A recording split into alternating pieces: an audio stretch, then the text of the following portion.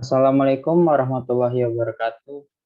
Perkenalkan, nama saya Aditya Gunawan dengan NIM 200430026.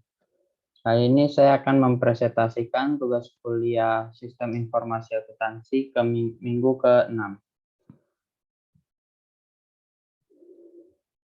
Yang pertama, jelaskan mengapa sebuah entitas bisnis mau menggunakan sebagian atau semua hal ini, yaitu firewall, CIRT, intrusion prevention system, dan intrusion detection system. Dalam sistem informasi, firewall, CIRT, intrusion prevention system, dan intrusion system merupakan beberapa sistem keamanan yang melindungi atau mencegah komputer dari berbagai macam serangan dari komputer luar yang ditunjukkan kepada sistem informasi akuntansi perusahaan. Setiap sistem keamanan tersebut mempunyai perannya masing-masing, yaitu yang pertama firewall, berperan sangat penting dalam hal mengontrol semua lalu lintas, keluar dan masuknya jaringan sesuai keamanan yang ditetapkan. Bukan hanya itu, firewall juga berperan untuk meningkatkan keamanan komputer yang terhubung ke jaringan seperti internet dan LAN. Yang kedua ada CIRT, terdiri dari Departemen IT yang berperan dalam perencanaan mengenai berbagai kemungkinan insiden yang terjadi dan cara menghadapi dan menanggulanginya. Yang ketiga, Intrusion Prevention System atau IPS. Berperan sebagai pendeteksi aktivitas yang mencurigakan dan melakukan pencegahan terhadap instruksi pada jaringan. Yang terakhir, Intrusion Detection System atau IDS. Berperan untuk mendeteksi setiap aktivitas yang mencurigakan dalam sebuah sistem atau jaringan. IDS terbagi dua, yaitu IDS pasif yang dimana IDS ini hanya melaporkan bahwa ada gangguan, dan yang kedua IDS aktif yang dimana bertugas untuk melakukan tindakan terhadap masalah yang memperbaikinya atau setidaknya mengurangi dampaknya. Soal yang kedua, di antara tiga jenis pengendalian, preventif, detektif, dan korektif, manakah yang akan paling saudara prioritaskan untuk diterapkan pada sebuah entitas bisnis? Apakah tipe yang saudara pilih itu sama jika kasusnya perusahaan yang tidak punya sistem sama sekali dengan yang sudah punya sistem? Lampirkan link sumber literatur untuk dukungan jawaban saudara. Menurut saya, pengendalian preventif lebih efektif digunakan untuk entitas karena pengendalian ini dilakukan sebelum terjadinya suatu permasalahan, atau pengendalian ini lebih ke arah mencegah. Berbeda dengan kegiatan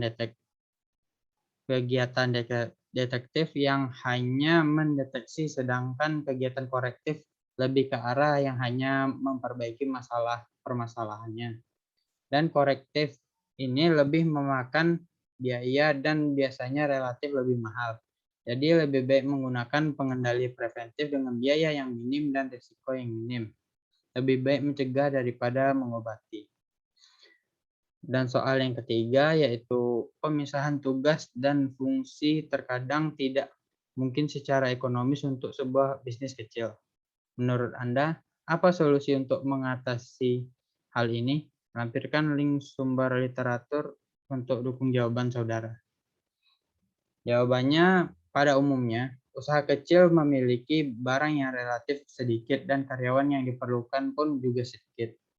Pada usaha yang skalanya besar dengan karyawan yang banyak, maka keefektivitasan perusahaan menjadi lebih cepat karena setiap pekerjaannya sudah dibagi menurut keahlian karyawannya masing-masing.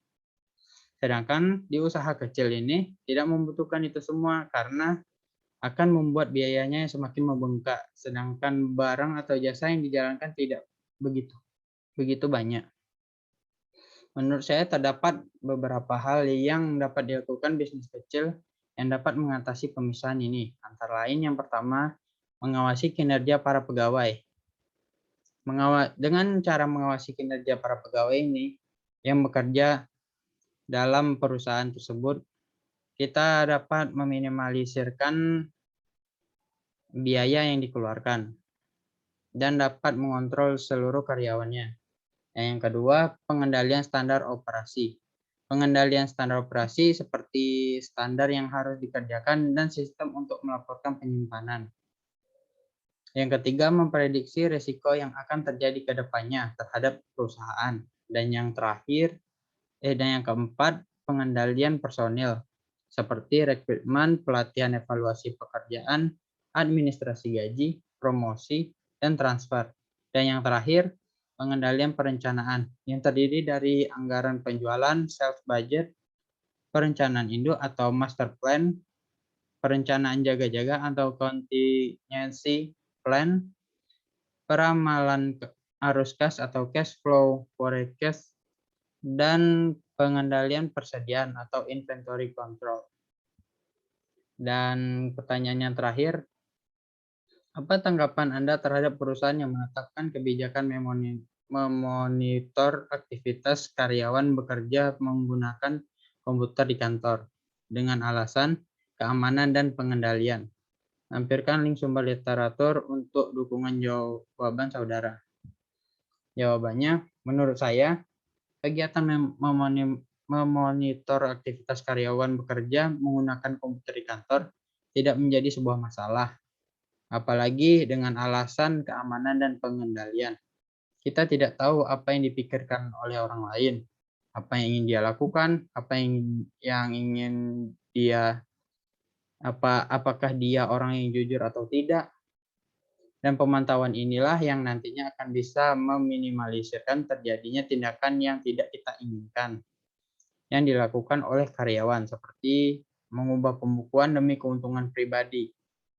Di samping itu, pemonitoran ini dapat meningkatkan produktivitas karyawan. Memonitor kegiatan karyawan selagi karyawan masih menggunakan komputer atau perangkat dari kantor masih wajar-wajar saja. Terkecuali pihak kantor memonitor komputer atau laptop milik karyawannya pribadi karena dapat mengganggu privasi karyawannya.